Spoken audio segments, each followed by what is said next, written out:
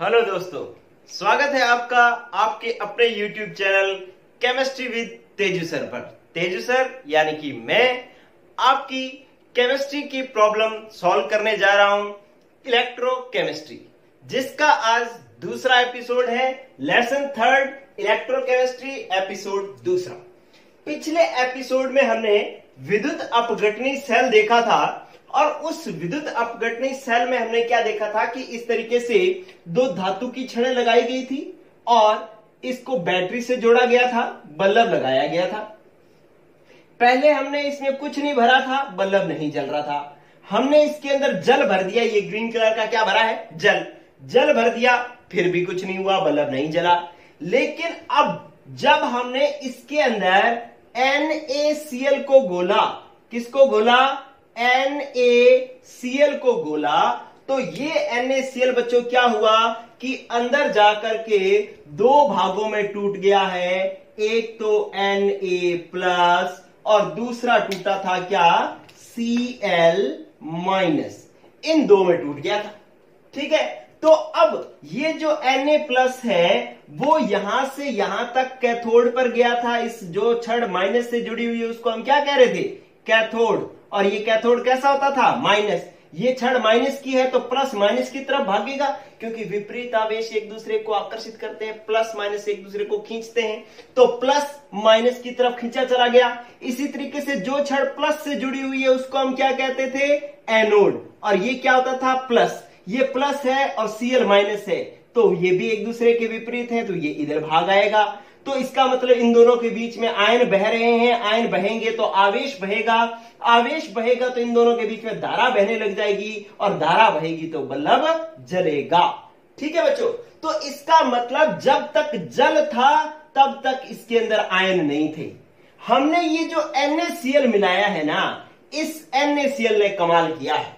क्या किया है, इसने अंदर जाकर के आयन दिए हैं। देखो बच्चों, मैंने अभी तक टॉपिक का नाम नहीं लिखा है, ठीक है, क्योंकि टॉपिक के नाम को मैं खींच के लाना चाहता हूं। ठीक है, आप लेसन आपके हिसाब से चलना चाहिए, लेसन के हिसाब से आप नहीं चलने चाहिए। देखो बच्चों कैसे कि जो आपने NaCl मिलाया है ना, ये NaCl क्या कर रहा है, ये NaCl सबसे पहली बात मैं यहां पर लिख देता हूं, ये NaCl क्या कर रहा है। सबसे पहली बात तो ये विलयन में जाकर के अपघटित हो रहा है। विलयन में जाकर के क्या हो रहा है, अपघटित हो रहा है। अपघटित होने का मतलब क्या है, टूट रहा है। दूसरा क्या काम कर रहा है, अपघटित होकर के क्या कर रहा है, आयन प्रदान कर रहा है, आयन प्रदान कर रहा है। ठीक है, और आयन प्रदान करके क्या करता है, आवेश प्रवाहित करता है। आवेश प्रवाहित करने से क्या होगा, धारा प्रवाहित होगी। आवेश प्रवाहित करने से क्या होगा, धारा प्रवाहित होगी। ये सारा का सारा काम कौन कर रहा है, ये वाला NaCl। ठीक है, ये अपघटित होकर के आयन प्रदान कर रहा है। ये आयन विपरीत आवेशों की ओर प्रवाहित हो रहे हैं, विपरीत इलेक्ट्रोडों की ओर प्रवाहित होते हैं तो आवेश प्रवाहित होता है, आवेश प्रवाहित होता है तो धारा प्रवाहित होती है। ठीक है, ये सारे काम ये वाला NaCl कर रहा है। तो इसलिए ये विलयन में जाकर के अपघटित होकर के आयन प्रदान करता है, इसलिए इसको हम विद्युत अपघट्य नाम दे रहे हैं। क्या नाम दे रहे हैं, विद्युत अपघट्य। ठीक है, तो इसका आज का टॉपिक है अपने पास विद्युत अपघट्य। इंग्लिश में हम इसको कहते हैं इलेक्ट्रोलाइट। क्या कहते हैं, इलेक्ट्रोलाइट। ठीक है, तो विद्युत अपघट्य जो विलयन में जाकर के अपघटित होकर के आयन प्रदान करता है, आयन प्रदान करके आवेश प्रवाहित करता है, आवेश प्रवाहित करके धारा प्रवाहित करता है, उसे हम विद्युत अपघट्य कहते हैं।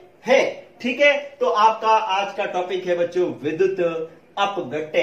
अगर आपसे अब परिभाषा पूछी जाए कि विद्युत अपघट्य किसे कहते हैं, तो जितनी मर्जी तरीके से बातें बोल दो, ये सारी की सारी बातें किसकी हैं, विद्युत अपघट्य की है।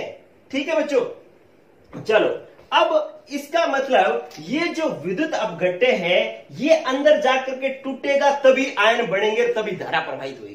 ठीक है, लेकिन क्या ये सारे के सारे अंदर जाकर के टूट जाएंगे, सारे के सारे अंदर जाकर के टूट जाएंगे, नहीं बच्चों, कुछ तो ऐसे होंगे। मैं इसको साफ कर देता हूं कि कुछ तो ऐसे होंगे। ये तो अविद्युत अपघट्य जिसको कहते हैं, सबको पता लग गया। ये 4 पॉइंट है, लिख डालना बस। इधर देखो, क्या जितने भी अभी तो हमने NaCl मिलाया है, क्या हम जो भी पदार्थ मिलाएंगे वो अंदर जाकर के टूट जाएंगे? अगर मान लो मैंने इसके अंदर शर्करा मिलाई होती तो वो नहीं टूटती। ठीक है, इसका मतलब कुछ ऐसे भी होंगे जो नहीं टूटेंगे, नहीं टूटेंगे। ठीक है, मैं नाम नहीं लिख रहा हूं लेकिन सीधा लिख रहा हूं कि एक कुछ तो ऐसे होंगे जो नहीं टूटेंगे और कुछ ऐसे होंगे जो टूट जाएंगे, कुछ दूसरे ऐसे होंगे जो टूटेंगे, मतलब अपघटित होंगे। मैं देसी भाषा में बोल रहा हूं, नहीं टूटेंगे मतलब नहीं अपघटित होंगे, टूटेंगे मतलब अपघटित हो जाएंगे। अब जो अपघटित हो जाएंगे ना वो फिर दो प्रकार के होंगे।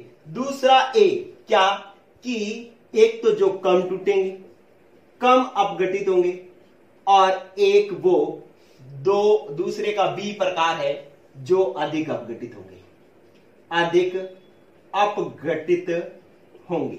ठीक है, बात देखो मजेदार, क्या मजेदार बात है कि हमने ये तो कह दिया कि NaCl अंदर जाकर टूट करके आयन देता है, लेकिन NaCl देता है ये बात सही है, लेकिन क्या सारे ही पदार्थ देते हैं? क्या सारे पदार्थ मतलब अगर आपने कोई पदार्थ ऐसा भी हो सकता है जो अंदर जाओ घोलो और वो टूटे ही नहीं, ऐसे हो सकते हैं जो टूट जाए लेकिन टूटे कम।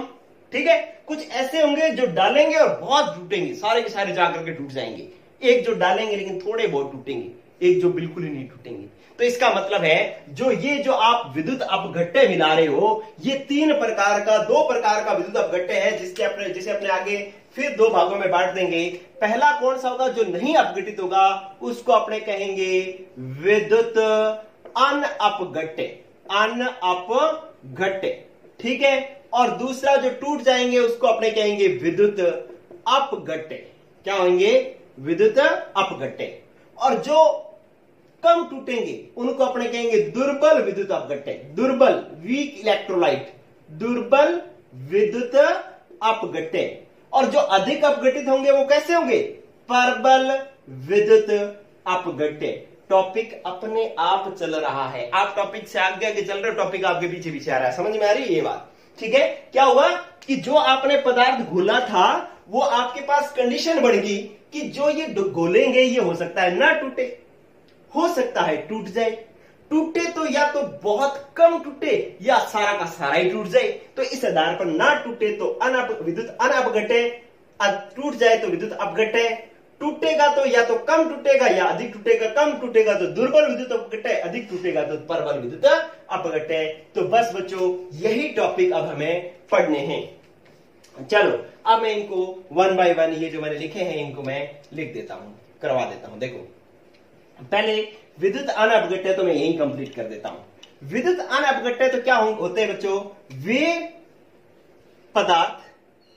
पदार्थ जो विलयन में जाकर के अपघटित नहीं होते, आयन प्रदान नहीं करते, आयन नहीं प्रदान करेंगे तो उनमें चालकता भी, आवेश भी प्रवाहित नहीं होगा, और आवेश प्रवाहित नहीं होगा तो आपको पता है आवेश किस वजह से प्रवाहित होता? आवेश के प्रवाह से क्या होता था? धारा प्रवाहित होती थी। आवेश नहीं प्रवाहित होंगे तो धारा भी प्रवाहित नहीं होगी, धारा भी प्रवाहित नहीं होगी। इन्हें हम विद्युत अनअपघट्य कहते हैं। जैसे मैंने एग्जाम्पल बता दिया, क्या? शर्करा। मैंने एग्जाम्पल बता दिया ग्लूकोज। ठीक है, क्या एग्जाम्पल बता दिया? ग्लूकोज। चलो इस तरीके से जो शर्करा है, ग्लूकोज है, एथिल अल्कोहल है C2H5, ठीक है, बेंजीन है, इन सब में जो है वो धारा प्रवाहित नहीं होती। ये अगर किसी पदार्थ में घोले जाएं, किसी विलय में घोले जाएंगे, इनको विलायक में घोला जाएगा तो ये आयन नहीं प्रदान करेंगे, ये विद्युत अनअपघट्य है जिससे धारा नहीं बहेगी। तो ये बातें हैं बच्चों विद्युत अनअपघट्य की। चलो दूसरा क्या था? विद्युत अपघट्य जो टूट जाएगा, लेकिन ये भी कितने प्रकार का था? दो प्रकार का, एक प्रबल और एक दुर्बल। ठीक है, तो उनको मैं दोनों को समझा देता हूं, इधर ध्यान दें। चलो अब आपको टॉपिक क्या पढ़ना है? अनअपघट्य तो पता लग ही गया, इसमें तो कोई दिक्कत है ही नहीं। आप आगे चल रहे हैं, टॉपिक आपके पीछे चल रहा है, आप टॉपिक के बारे में पहले बता देते हैं बच्चों। ठीक है, तो अब फिर आपको टॉपिक पढ़ने हैं। क्या मैं हेडिंग अब लिख रहा हूं और आपको पहले पता है?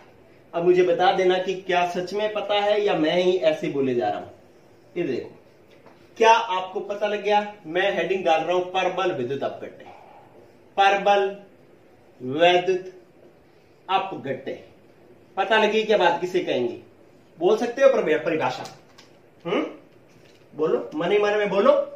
चलो दूसरा मैं लिख रहा हूं, दुर्बल वैद्युत अपघट्य। दुर्बल वैद्युत अपघट्य। चलो जी, ठीक है। अब आप मन ही मन में एक बार परिभाषा बोल करके देख लो, ताकि जो है आपको टॉपिक अच्छे से क्लियर हो जाए। थोड़ी मैं ये लाइन इधर बना देता हूं, यहाँ पे ये दूसरा। चलो अब बताओ, परबल विद्युत अपघट्य वो होते हैं जो विलयन में जाकर के पूर्णतः टूट जाते हैं, पूर्णतः अपघटित हो जाते हैं। परबल विद्युत अपघट्य वो होंगे जो पूर्णतः टूट जाएंगे। पूर्णतः क्यों टूट जाएंगे? क्योंकि ये आसानी से अपघटित हो जाते हैं। क्या हो जाते हैं? आसानी से अपघटित हो जाते हैं, ठीक है। इसलिए ये परबल विद्युत अपघट्य होते हैं। अब पूर्णतः आयनित हो जाते हैं और किसी भी सांद्रता पर ये पूर्णतः अपघटित होते हैं, पूर्णतः अपघटित होते हैं। ऐसा नहीं है कि इसमें पानी ज्यादा होगा तो पूरा टूटेगा, पानी कम होगा तो पूरा टूटेगा, नहीं। इसको जैसे ही मिलाओगे ये पूरा ही टूटेगा, ठीक है, अपने आयनों में टूट जाएगा। अपघटित होने का मतलब है आयनों में टूट जाएगा। तो परबल विद्युत अपघट्य वो होते हैं जो पूर्णतः अपघटित हो जाते हैं, आसानी से अपघटित हो जाते हैं और किसी भी सांद्रता पर पूर्णतः अपघटित हो जाते हैं। उनको हम परबल विद्युत अपघट्य कहते हैं, ठीक है। लेकिन दुर्बल विद्युत अपघट्य वो होते हैं जो पूर्णतः अपघटित नहीं होते, पूर्णतः अपघटित नहीं होते। मतलब उसका कुछ परसेंट ही अपघटित होता है, कुछ का 10% होता है, कुछ का 20% होता है, कुछ का 40 होता है, लेकिन 100% अपघटित नहीं होते। कौन? दुर्बल, ठीक है, अपघटित, पूर्णतः अपघटित नहीं होते, ठीक है। उनको हम कहते हैं दुर्बल विद्युत अपघट्य। और ये क्यों नहीं होते? क्योंकि ये मुश्किल से अपघटित होते हैं, क्योंकि ये मुश्किल से अपघटित होते हैं। मुश्किल से टूटेंगे तो थोड़े बहुत टूटेंगे, आसानी से टूटेंगे तो पूरे के पूरे टूट जाएंगे। फिर तीसरा पॉइंट आप समझे बच्चों, ये किसी भी सांद्रता पर पूर्णतः आयनित होता है, लेकिन ये किसी भी सांद्रता पर, अधिक सांद्रता पर पूर्णतः आयनित नहीं होता।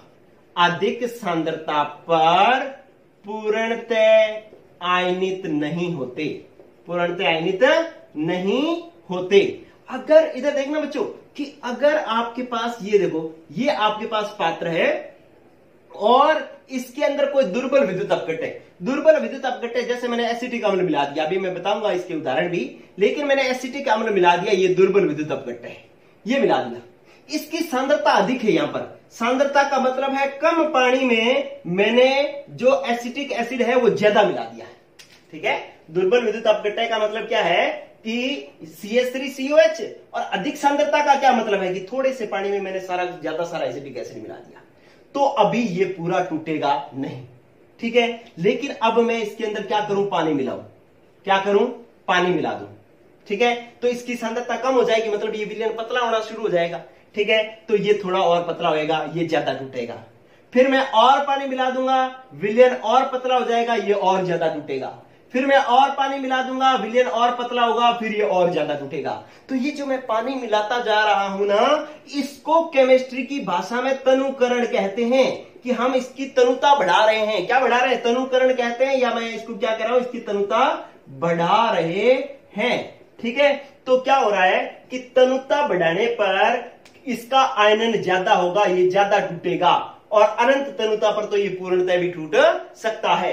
तो इसे हम कहते हैं दुर्बल विद्युत अपघट्य। लेकिन प्रबल विद्युत अपघट्य तो किसी भी सांद्रता पर पूरा ही टूटता है। तो इस प्रकार से आपको प्रबल और दुर्बल विद्युत अपघट्य समझ में आ गए बच्चों। आपको ऐसे नहीं समझना, कहीं आप सोच लो कि सर ने कहा था कि टॉपिक तो नाम से ही समझ में आ जाता है। नाम तो है भाई प्रबल विद्युत अपघट्य, प्रबल मतलब तकड़ा, तकड़ा तो वो होता है जो टूटता नहीं, ऐसा नहीं सोचना। क्योंकि ये प्रबल और दुर्बल गुण किसका है? अपघटन का गुण है, टूटने का गुण है। जो टूट जाएगा वो प्रबल होगा और जो नहीं टूटेगा वो दुर्बल होगा, ठीक है। जो नहीं टूटेगा वो क्या होगा? कमजोर, और उसको अपने कहेंगे दुर्बल, और जो टूट जाएगा उसको क्या कहेंगे? प्रबल। ये ध्यान रखना, कंफ्यूज मत हो जाना बच्चों, ठीक है। तो आपको अगर प्रबल दुर्बल विद्युत अपघट्य कोई पूछे तो ये और ये आप समझा सकते हैं, ठीक है।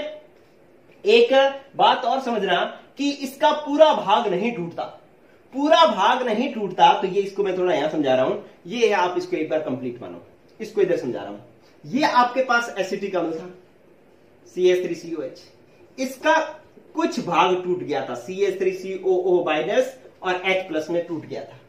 तो ये टूटा हुआ भाग और बिना टूटा हुआ भाग, इनका जो अनुपात है ना, जैसे मैं मान लो टूटे हुए की सांद्रता CH3COO- की सांद्रता और H+ की सांद्रता, ये टूटे हुए की सांद्रता और ये बिना टूटे हुए की सांद्रता CH3COH की सांद्रता, ठीक है। इसका अनुपात जो है वो क्या कहलाता है, हमारे पास वियोजन की मात्रा कहलाती है।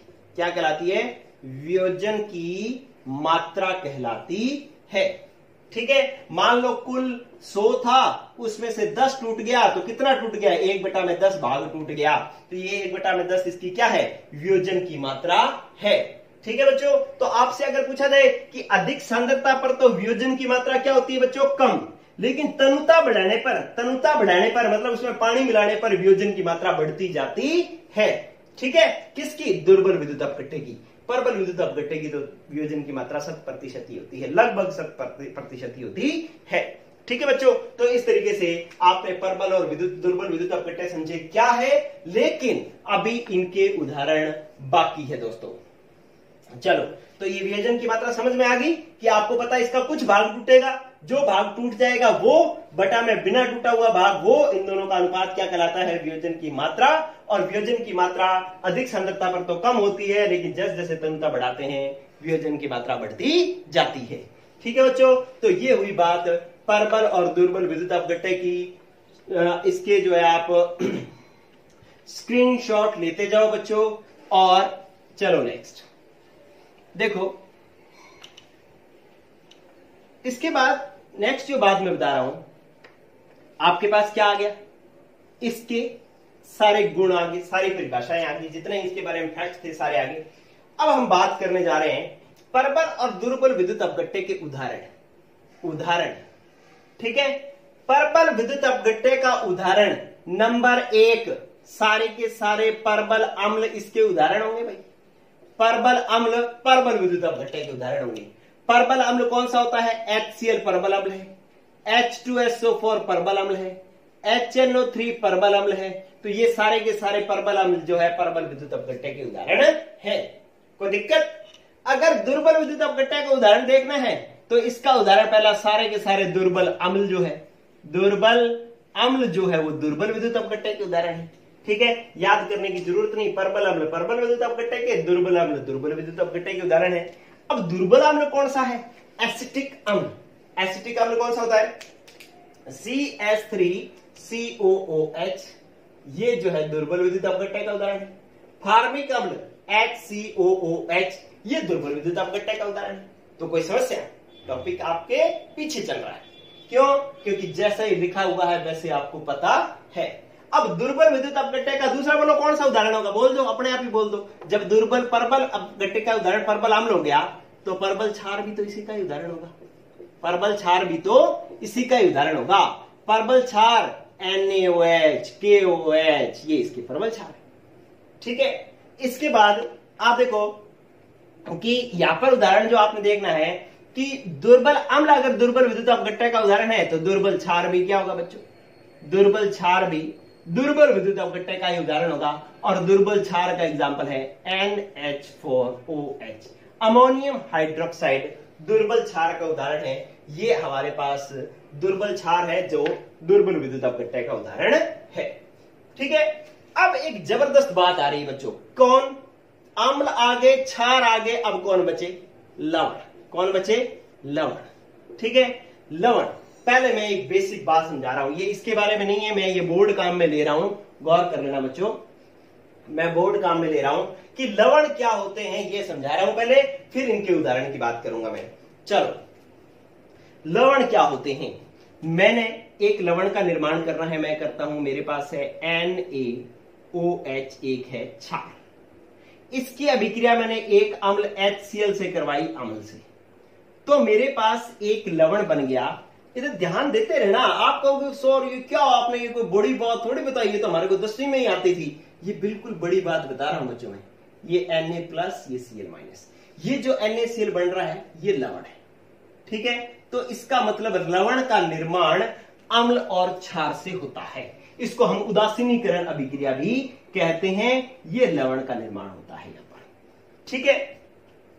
इसके अंदर अब आप देख लिया कि लवण का निर्माण के लिए हमें अम्ल और क्षार की जरूरत पड़ती है, और इस लवण के अंदर होता क्या है, ये लवण के अंदर Na+ क्या है प्लस, Cl- क्या है माइनस, मतलब जो धनायन है ना Na+ है, और ये Na+ किससे आया है, क्षार से। किससे आया है Na+, किससे आया बच्चों, क्षार से। तो आपको ये पता लग गया कि जो धनायन है वो किससे आता होता है, क्षार से आता होता है, ठीक है। और Cl- किससे आया है, HCl से। HCl क्या है, अम्ल। तो जो ऋणायन होता है ना वो बच्चों, वो किससे आता होता है, अम्ल से आता होता है, ठीक है। आपने जो पढ़ा हुआ है ना उसी को ही विद कंसेप्ट आपने काम करना है कि जो क्षार है ना उससे तो प्लस आता होता है, जो अम्ल है उससे माइनस आता होता है, और अम्ल प्लस और माइनस मिलकर के ये वाला लवण बनाते हैं, ठीक है। तो अब ये जो लवण है वो कौन से क्षार और कौन से अम्ल बना रहे हैं, इस आधार पर विद्युत अपघट्य प्रबल और दुर्बल विद्युत अपघट्य होते हैं। जैसे मैं यहां पर लिख रहा हूं,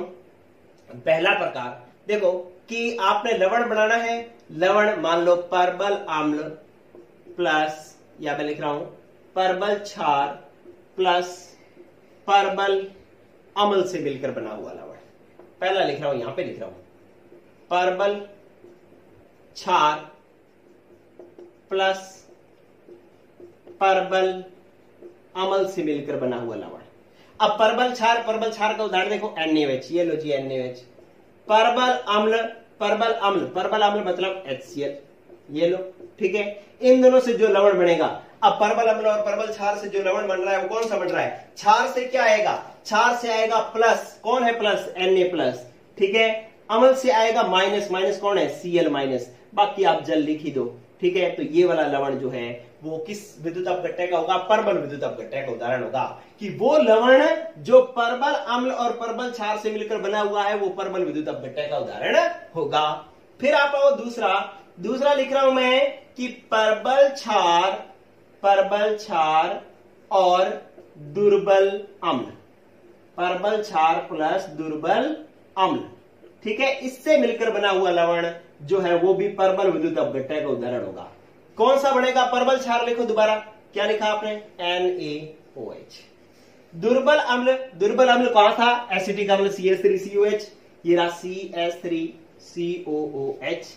इन दोनों से लवण बन रहा है, तो इससे तो क्या आएगा Na+, और इससे क्या आएगा माइनस, माइनस कौन है, CH3COO- है, तो मैंने लिख दिया CH3COO- प्लस में H2O लिख ही देना है कि ये जो आपके पास सोडियम एसिटेट बना है ये वाला लवण भी कौन से विद्युत अपघट्य का उदाहरण है, परबल विद्युत अपघट्य का उदाहरण है, ठीक है बच्चों।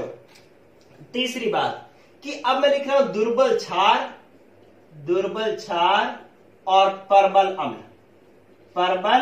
अम्ल, इनसे मिलकर बना हुआ लवण भी परबल विद्युत अपघट्य का उदाहरण होगा। अब दुर्बल क्षार उठाओ, क्या था, NH4OH। NH4OH में NH4 प्लस होता है और OH माइनस होता है। और परबल अम्ल आप HCl H2SO4 जो मर्जी ले लो, मैंने ले लिया HCl, ठीक है। अब इनसे बनाना है आपको लवण कैसे बनेगा, क्षार से क्या आएगा प्लस, कौन सा प्लस है, NH4 प्लस है।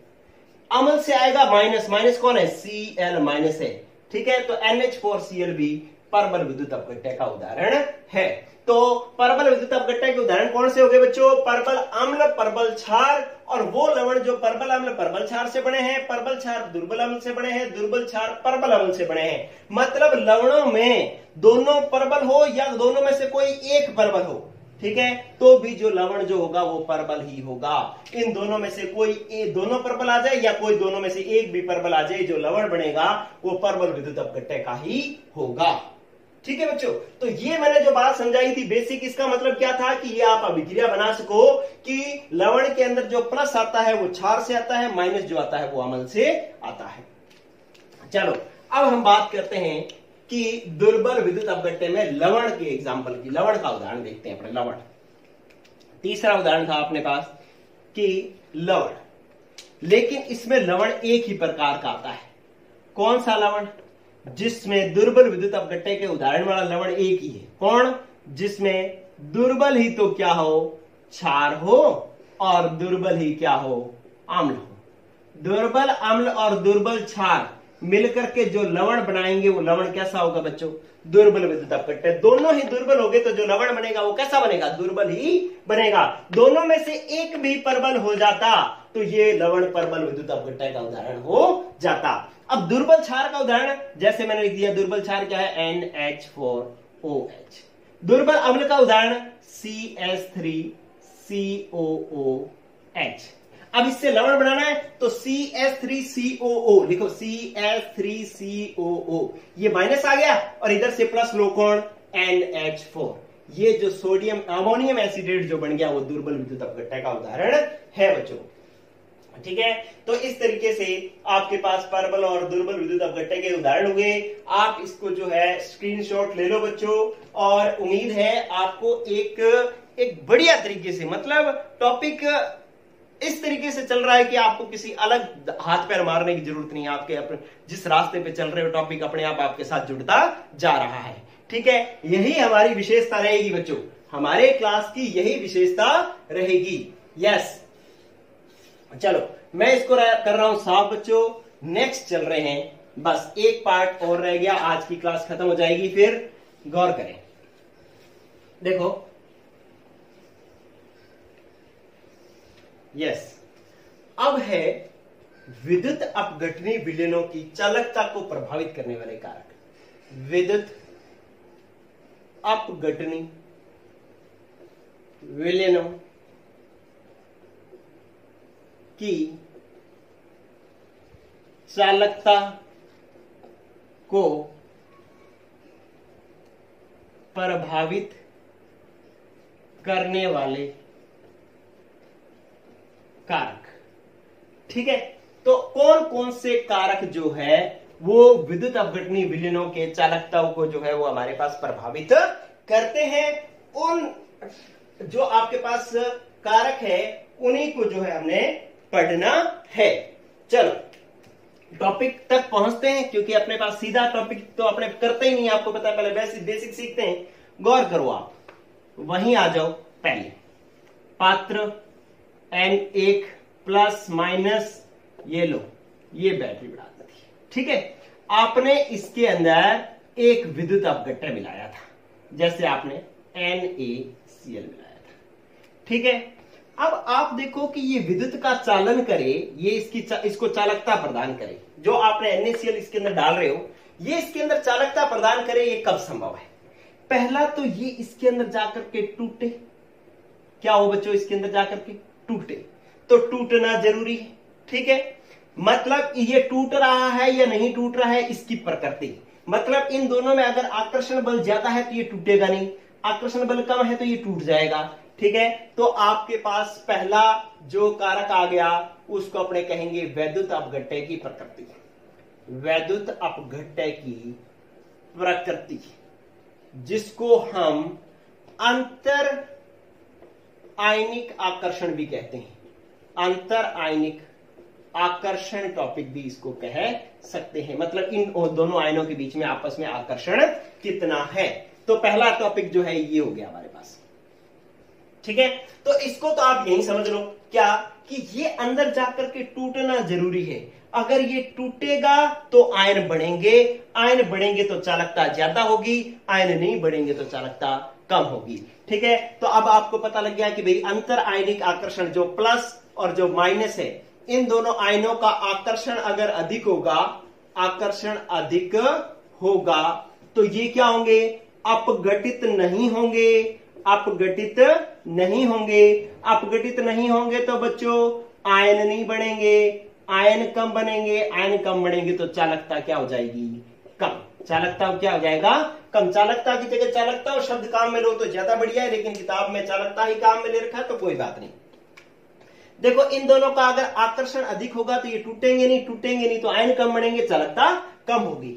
अब जो टूटते नहीं है, अपघटित नहीं होते हैं या अपघटित कम होते हैं, ठीक है, नहीं होते तो अपने कह नहीं सकते, अपघटित कम होते हैं तो ये किस प्रकृति के हो जाएंगे, दुर्बल विद्युत अपघट्य प्रकृति के हो जाएंगे। दुर्बल विद्युत अपघट्य प्रकृति के हो जाएंगे। तो मतलब दुर्बल विद्युत अपघट्य की प्रकृति वाले जो होते हैं उनमें आयनों में आकर्षण अधिक होता है, इसलिए ये आयन जो है वो टूटते कम है तो आयन कम बढ़ेंगे तो इनकी चालकता भी कम होती है। लेकिन अगर इनमें आकर्षण कम हो, आकर्षण क्या हो बच्चों, कम हुआ आकर्षण, तो ये अपघटित अधिक होंगे, अपघटित अधिक होंगे तो आयन अधिक बढ़ेंगे, आयन अधिक बढ़ेंगे तो चालकता भी अधिक होगी। और जो अपघटित अधिक होंगे तो उसको आप क्या कह देंगे, अपघटित अधिक होते हैं उनको हम कहते हैं परबल वैद्युत अपघटय। और उदाहरण मैंने अभी आपको लिखवाए ही है। दुर्बल के क्या, CH3COH, NH4OH, परबल के क्या, HCl, NH4O, NaOH, ये सारे परबल के उदाहरण थे। तो ये आपके पास पहली बात कंप्लीट हुई या नहीं, वैद्युत अपघटय की प्रकृति या अंतर आयनिक आकर्षण बल। ठीक है, चलो ये एक आपके पास टॉपिक हो गया, एक कारक हो गया विद्युत अपघटय की प्रकृति या अंतर आयनिक आकर्षण बल। दूसरा कारक देखते हैं अपने। चलो मान लिया जाए कि ये अंदर जाकर के टूट गया जी, अंदर जाकर के क्या हुआ बच्चों, टूट गया। टूटने के बाद में ये इसके अंदर घुल जाता है या नहीं घुलता। ठीक है, इसको अपने दूसरा कारक लिख देंगे, आयनों का विलीनीकरण, आयनों का विलायकीकरण या विलीनीकरण। दूसरा कारक हो जाएगा आयनों का विलीनीकरण। विलीनीकरण का मतलब होता है घुल जाना। ठीक है, या इसको लिखेंगे आपने ये लिख सकते हैं आयनों का विलीनीकरण। ठीक है, कि अगर ये आयन अंदर जाकर के इस विलयन में घुल जाएंगे, विलयन में क्या हो जाएंगे, घुल जाएंगे, तो आपको ये पता था कि ये विद्युत का अपचालन कब करते हैं, जब ये अंदर जाके टूटते हैं, टूट करके बह करके इलेक्ट्रोडों की तरफ जाते हैं, तब ये आयन चालकता प्रदान करते हैं। अगर ये टूट जाए और इलेक्ट्रोडों की तरफ ना जाए तब भी आयन चालकता प्रदान नहीं करते। तो अगर ये इसी में ही घुल गए तो ये इलेक्ट्रोडों की तरफ नहीं जाएंगे, इलेक्ट्रोडों की तरफ नहीं जाएंगे तो चालकता क्या हो जाएगा, कम हो जाएगा। तो अगर आयनों का विलीनीकरण क्या हो बच्चों, अधिक हो, अधिक घुल जाएंगे तो ये इलेक्ट्रोडों की ओर गति नहीं करेंगे, इलेक्ट्रोड्स की ओर गति नहीं करेंगे, और इलेक्ट्रोड्स की ओर गति नहीं करेंगे तो चालकता क्या होगा, कम होगा। चालकता क्या होगा, कम होगा। तो इसका मतलब क्या है कि ये इसके अंदर टूटना भी चाहिए, टूट करके इलेक्ट्रोडों की तरफ भी जाना चाहिए। ठीक है बच्चों, तो ये हमारे पास आ गया आयनों का विलीनीकरण। विलीनीकरण का मतलब होता है घुलना, घुलने का मतलब ये अगर इसी के अंदर घुल करके रह गया तो ये इलेक्ट्रोडों की तरफ नहीं जाएगा, और नहीं जाएगा तो चालकता क्या हो जाएगी, कम। ठीक है, तो विलीनीकरण क्या होना चाहिए, कम होना चाहिए। अगर चालकता बढ़ानी है तो विलीनीकरण क्या होना चाहिए, कम। तभी जो है वो अपने आयनों की तरफ जाकर के टूट करके विलायक के साथ ना आकर्षित हो, विलायक के साथ ना आकर्षित हो। इस दूसरे टॉपिक को ना आप आयन विलायक आकर्षण भी कह सकते हैं, आयन विलायक आकर्षण भी कह सकते हैं कि इन आयनों का इस विलायक के साथ आकर्षण नहीं होना चाहिए। अगर ये इसी के साथ आकर्षित हो गए तो इसी से जुड़ के रह जाएंगे, इलेक्ट्रोड की तरफ जाएंगे नहीं। ठीक है, तो इसका मतलब ये अंदर जाकर के टूटना तो चाहिए लेकिन इस जल के साथ नहीं जुड़ना चाहिए। ऐसा नहीं कि इसके साथ, इसमें जाकर के टूट करके जल के साथ जुड़ जाए, जल के साथ जुड़ जाएगा तो ये इधर उधर नहीं जाएगा फिर, और आवेश प्रवाहित नहीं होगा, पाप प्रवाहित नहीं होगा, तो चालकता कम होगी या चालकता नहीं होगी। चलो फिर आपके पास तीसरा कारक देखो बच्चों, तीसरा कारक अपने आप आ रहा है क्या, विलायक की शांता। विलायक की शांता। देखो बच्चों, मैं एक आपको बात समझा रहा हूं कि आप जब मेरे साथ चलोगे केमिस्ट्री में तो आप एक चीज सीखोगे कि हर टॉपिक की एक पूंछ होती है, उस पूंछ को पकड़ लो और उसके पीछे पीछे चलते रहो, बस। मतलब उस पूंछ को आपने नहीं छोड़ना। अब आपके पास इस टॉपिक में भी एक मेन पॉइंट है, एक ही बिंदु है, उस बिंदु को ही पकड़ करके रखना है। क्या बिंदु है कि भैया ये अंदर जाकर के टूटना चाहिए और टूट करके इधर उधर आयनों में गति भी करना चाहिए, चलना भी चाहिए, तब चालकता होती है। ठीक है, अगर ये विलयन गाढ़ा हुआ, ठीक है, तो ये इधर की तरफ गति धीरे धीरे करेंगे, ये प्लस इधर की तरफ धीरे धीरे जाएगा, क्योंकि उस जिसके अंदर वो है, अगर मान लो एक फर्श के अंदर आपके पास आपके घुटने घुटने तक पानी भराओ और आपको चलने के लिए कहे तो आप आसानी से चल सकते हो। लेकिन आपके घुटने तक कीचड़ भरा हो तो आप चलोगे ऐसे घुटने उठा उठा करके चला ही नहीं जाएगा। ठीक है, क्यों? क्योंकि कीचड़ क्या है? गाढ़ा। तो अगर ये विलायक गाढ़ा हो तो ये आयन का यहां पहुंचना मुश्किल हो जाएगा, बहुत धीरे धीरे पहुंचेगा। ये इधर धीरे धीरे पहुंचेगा तो चालकता क्या हो जाएगी? कम। और इस गाढ़ेपन को क्या कहते हैं? गाढ़ेपन को हम कहते हैं शांता। क्या कहते हैं? शांता। कि जो विलायक का गाढ़ापन है, गाढ़ापन जो है वो अगर अधिक होगा तो जो है आयन जो है वो गति नहीं करेंगे। आयन की गति जो है वो क्या हो जाएगी? धीमी हो जाएगी। और आयनों की गति धीमी हो जाएगी तो चालकता क्या हो जाएगा बच्चों? कम हो जाएगा। ठीक है, तो चालकता को ये किस प्रकार से प्रभावित करती है? विलायक की शांता। विलायक की शांता का मतलब गाढ़ापन। विलायक कौन सा? जिसके अंदर NaCl घुला हुआ है। अब जिसके अंदर घुला हुआ है वो गाढ़ा है तो आयन धीरे धीरे प्रवाहित होंगे, धीरे धीरे प्रवाहित होंगे तो चालकता क्या हो जाएगा? कम हो जाएगा। तो ये हुई बात बच्चों शांता की।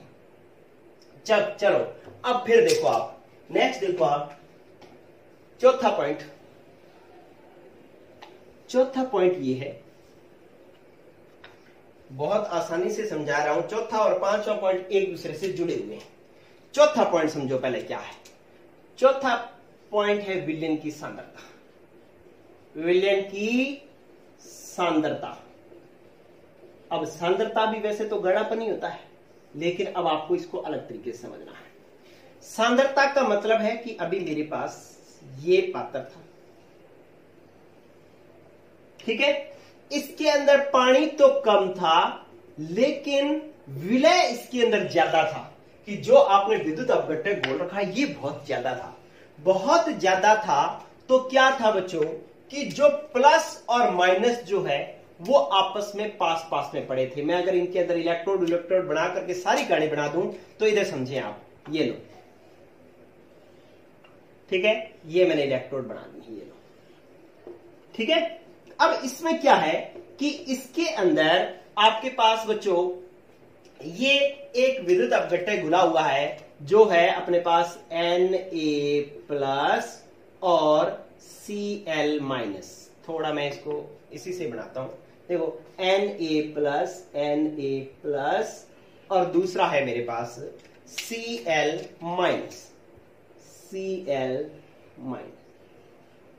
ठीक है, ये दोनों पास पास में पड़े हैं। क्यों? क्योंकि इसमें सांद्रता अधिक है। NaCl की सांद्रता इसमें क्या है बच्चों? अधिक है। ये इसमें NaCl अधिक घुला हुआ है। NaCl की सांद्रता क्या है? सांद्रता अधिक है, मतलब इसके अंदर NaCl अधिक घुला हुआ है। अधिक घुला हुआ है तो Na+ और Cl- पास पास में होगा, ठीक है। अब क्या होगा कि जब Na+ इसकी ओर जाएगा, ये माइनस कैथोड की ओर जाएगा, ठीक है, तो ये माइनस जो है इस प्लस को क्या कहेगा? रोकेगा। क्यों? क्योंकि इन दोनों में भी तो आपस में आकर्षण है। Na+ और Cl- में भी तो क्या है? आपस में आकर्षण है। जैसे ही Na+ इस कैथोड की ओर जाने लगेगा ये Cl- उसको रोकेगा, और ये Cl- इधर जाने लगेगा तो Na+ उसको रोकेगा। क्यों? क्योंकि दोनों पास पास में पड़े हैं। क्यों पास पास में पड़े हैं? क्योंकि इस NaCl को ज्यादा घोल रखा है, थोड़े से पानी में एक ही कमरे में ज्यादा सारे बच्चे ठूस रखे हैं, ठीक है। ये देखो, ये आपके पास दो है, एक आपके पास ये रहा Na+, ये रहा Cl-। ये दोनों पास पास में पड़े क्योंकि भैया भीड़ बहुत है, पास पास में रहना ही पड़ेगा, सांद्रता बहुत है। इसको Cl को इधर जाना है, Na को इधर जाना है, तो ये इधर जाने लगेगा, लाल मार्कर इधर जाने लगेगा, तो ये Cl क्या कहेगा कि नहीं नहीं मत जा। क्यों? क्योंकि दोनों में आकर्षण है, एक प्लस है एक माइनस है। और Cl जब इधर जाने लगेगा तो ये जो प्लस है ये इसको रोक लेगा, कहता नहीं नहीं मत जा, ठीक है। तो Na+ को Cl इधर नहीं जाने देगा, Cl- को इधर Na+ नहीं जाने का, दोनों एक दूसरे को जकड़ करके रखेंगे, ठीक है। लेकिन अगर मैं क्या करवा दूं, इसका मतलब आप समझ गए कि सांद्रता अधिक होगी तो आयनों का प्रवाह क्या होगा? बाधित होगा। एक दूसरे के प्रवाह में क्या उत्पन्न करेंगे? आयन एक दूसरे के प्रवाह में बाधा उत्पन्न करेंगे। आयन एक दूसरे के प्रवाह में बाधा उत्पन्न करेंगे, बाधा उत्पन्न करेंगे, इसलिए चालकता कम होगी। चालकता क्या होगी बच्चों? कम, ठीक है। अब हम क्या करते हैं? पांचवा टॉपिक समझते हैं। पांचवा टॉपिक का मतलब है तनुता। क्या है? तनुता। और तनुता को मैं पहले समझा चुका हूं कि तनुता क्या होती है? पानी मिलाना, ठीक है। उस विलयन में क्या कर दो? बहुत सारा पानी मिला दो, तो वो क्या हो जाएगा, तनु हो जाएगा विलयन। अभी मैं इसके अंदर क्या कर देता हूं, पानी मिला देता हूं। तो पानी मिला दिया और बड़ा सारा पात्र बना दिया, ये लो। ठीक है, ज्यादा सारा पात्र बनाना पड़ेगा क्योंकि पानी ज्यादा मिलाया है हमने। ये रे प्लस माइनस इलेक्ट्रोड, ये प्लस है ये माइनस है। ठीक है, अब इसके अंदर ये लो, इतना सारा पानी वगैरह मिला दिया मैंने, ये लो, ये लो। ठीक है, NaCl उतना ही था जितना पहले बोल रखा था। मान लो 10 ग्राम बोल रखा था, 5 ग्राम बोल रखा था, जितना यहां बोल रखा था उतना ही है, लेकिन यहां पर पानी ज्यादा है। पानी ज्यादा होने से क्या हुआ कि अब ये तैर करके Na+ दूर हो गया, Cl- इससे दूर हो गया। ठीक है, Cl- यहां पर आ गया। ठीक है, अब क्या हुआ कि ये Na+ इधर जाएगा और Cl- इधर जाएगा, तो अब ये दूर दूर पड़े हैं, इसलिए ये इधर जाएगा तो Cl- इसको नहीं रोकेगा, और Cl- इधर जाएगा तो Na+ इसको नहीं रोकेगा, क्योंकि इन दोनों के बीच में दूरी ज्यादा है। इसको पता ही नहीं लगेगा, इसको पता ही नहीं लगेगा। यहां क्या हो रहा था, यहां दोनों पास पास में पड़े थे, तो ये इधर जाता था तो ये Cl इसको रोक लेता था, Cl- इधर जाता था तो Na+ इसको रोक लेता था। लेकिन जब इसमें पानी मिला दिया तो ये दूर दूर हो गए, दूर दूर हो गए तो Na+ इधर जा रहा है, Cl- को पता ही नहीं, क्योंकि दूर बहुत पड़े। और Cl- इधर जा रहा है तो Na+ को पता ही नहीं, क्यों, क्योंकि दूर बहुत पड़े। ठीक है, तो तनुता बढ़ाओगे तो आयनों के प्रवाह में बाधा कम हो जाएगी, कम हो जाएगी, इसलिए चालकता बढ़ जाएगी। तो तनुता से चालकता जो है वो क्या होती है बच्चों, चालकता बढ़ती है, या अधिक तनुता होने पर चालकता अधिक होती है। ठीक है, तो इस तरीके से आपने सांद्रता टॉपिक भी पढ़ लिया, तनुता टॉपिक भी पढ़ लिया। लास्ट टॉपिक बच्चों आज का, एक लास्ट टॉपिक बच गया है, क्या, ताप। ठीक है, चलो पहले मुझे फटाफट बताओ कि चालन होने के लिए क्या जरूरी है, बोलो क्या जरूरी है, कि ये इसके अंदर जाकर के टूटे और टूट करके गति करे। दो चीजें जरूरी है, टूटना और गति करना, टूटना और गति करना। तो बस आपके पास जो अगला कारक है छठा, वो है ताप। ताप से बात समझ में आ गई, क्या होगा बच्चों, ताप बढ़ाओगे, ताप बढ़ाने पर, अगर आप ताप बढ़ाओगे तो दो काम होंगे। ठीक है, दो काम क्या होंगे, एक तो अपघटन अधिक होगा, अपघटन अधिक होगा। अरे ज्यादा ताप लगाओगे तो ये ताप के प्रवाह से ये टूटेगा ज्यादा ना, तो इसका मतलब अपघटन अधिक होगा। और दूसरा, ताप दोगे तो ज्यादा ताप की वजह से गति भी ज्यादा करेंगे, तो गति भी अधिक होगी, गति भी क्या होगी, गति अधिक होगी। ठीक है, तो अपघटन भी ज्यादा हो रहा है, गति भी अधिक हो रही है, तो चालकता क्या होगी, फिर चालकता अधिक होगी। ठीक है, तो ताप अधिक होगा तो चालकता अधिक होगी, क्योंकि ताप अधिक होने पर अपघटन भी अधिक होता है, आयनों की गति भी अधिक होती है, इसलिए चालकता अधिक होती है। ठीक है, तो यही दो चीजें चाहिए थी, तोड़ना और गति कराना। ताप बढ़ाने से ये दोनों ही ज्यादा हो रहे हैं तो चालकता भी अधिक होगी। ठीक है बच्चों, तो इस तरीके से विद्युत अपघटनी विलयनों की चालकता को प्रभावित करने वाले टॉपिक जो जितने भी कारक थे वो हुए कंप्लीट। 6 कारक थे, सभी को बहुत अच्छे से समझ में आ रहे होंगे बच्चों। एक क्रम वाइज टॉपिक जो है आपके सामने आ रहे हैं और हम उसको हल करते जा रहे हैं। जब भी एक चैप्टर आपको हार्ड लगने लगे तो मुझे जरूर जो है कमेंट बॉक्स में लिखना कि सर अब हमें हार्ड लगने लग गया है, तो मैं उसका जो है उपाय करूंगा। तो बच्चों ये दूसरा एपिसोड हो चुका है, अभी भी बहुत कम बच्चे जो है वो देख रहे हैं। जो नहीं देख रहे हैं उनको जो है सभी को ये वीडियो शेयर करें, लिंक शेयर करें और उनको ज्यादा से ज्यादा जोड़ें। 10th क्लास की साइंस की क्लास भी चल रही है, वो भी जो है आप अपने दोस्तों, आपके क्लासमेट्स, आपके जूनियर्स, उनको जो है वो शेयर करें और उनको भी 10th क्लास की जो है साइंस पढ़ने के लिए कहें। ओके बच्चों, गुड लक। 2 प्रश्न, एक प्रश्न तो आपको ये करना है कि धात्विक व आयनिक चालकों में, विद्युत अपघटनी चालकों में अंतर लिखिए, अंतर लिखिए। ये 2 क्वेश्चन मैं दे रहा हूं जो आपको अभी कमेंट बॉक्स में मुझे बताना है कि ये दोनों क्वेश्चन आपको आप लिख सकते हो या नहीं लिख सकते। पहले आपने लिखना है कॉपी में, फिर मुझे आंसर करना है कि सर मैंने लिख लिए। ठीक है, धात्विक और विद्युत अपघटनी चालकों में अंतर लिखिए, उदाहरण सहित अंतर लिखिए। दूसरा लिखो कि चालकता पर तनुता का प्रभाव समझाइए, या ऐसे लिखो चालकता पर सांद्रता का प्रभाव समझाइए। ठीक है, तो ये दो छोटे छोटे क्वेश्चन है, ये दोनों क्वेश्चन जो है आप अपनी रफ एक कॉपी में जो नोट्स बना रहे हैं उसमें लिखने हैं और फिर मुझे आंसर करना है कि किस किस ने ये क्वेश्चन कर लिए। ठीक है बच्चों, गुड लक, पढ़ते रहो। ओके।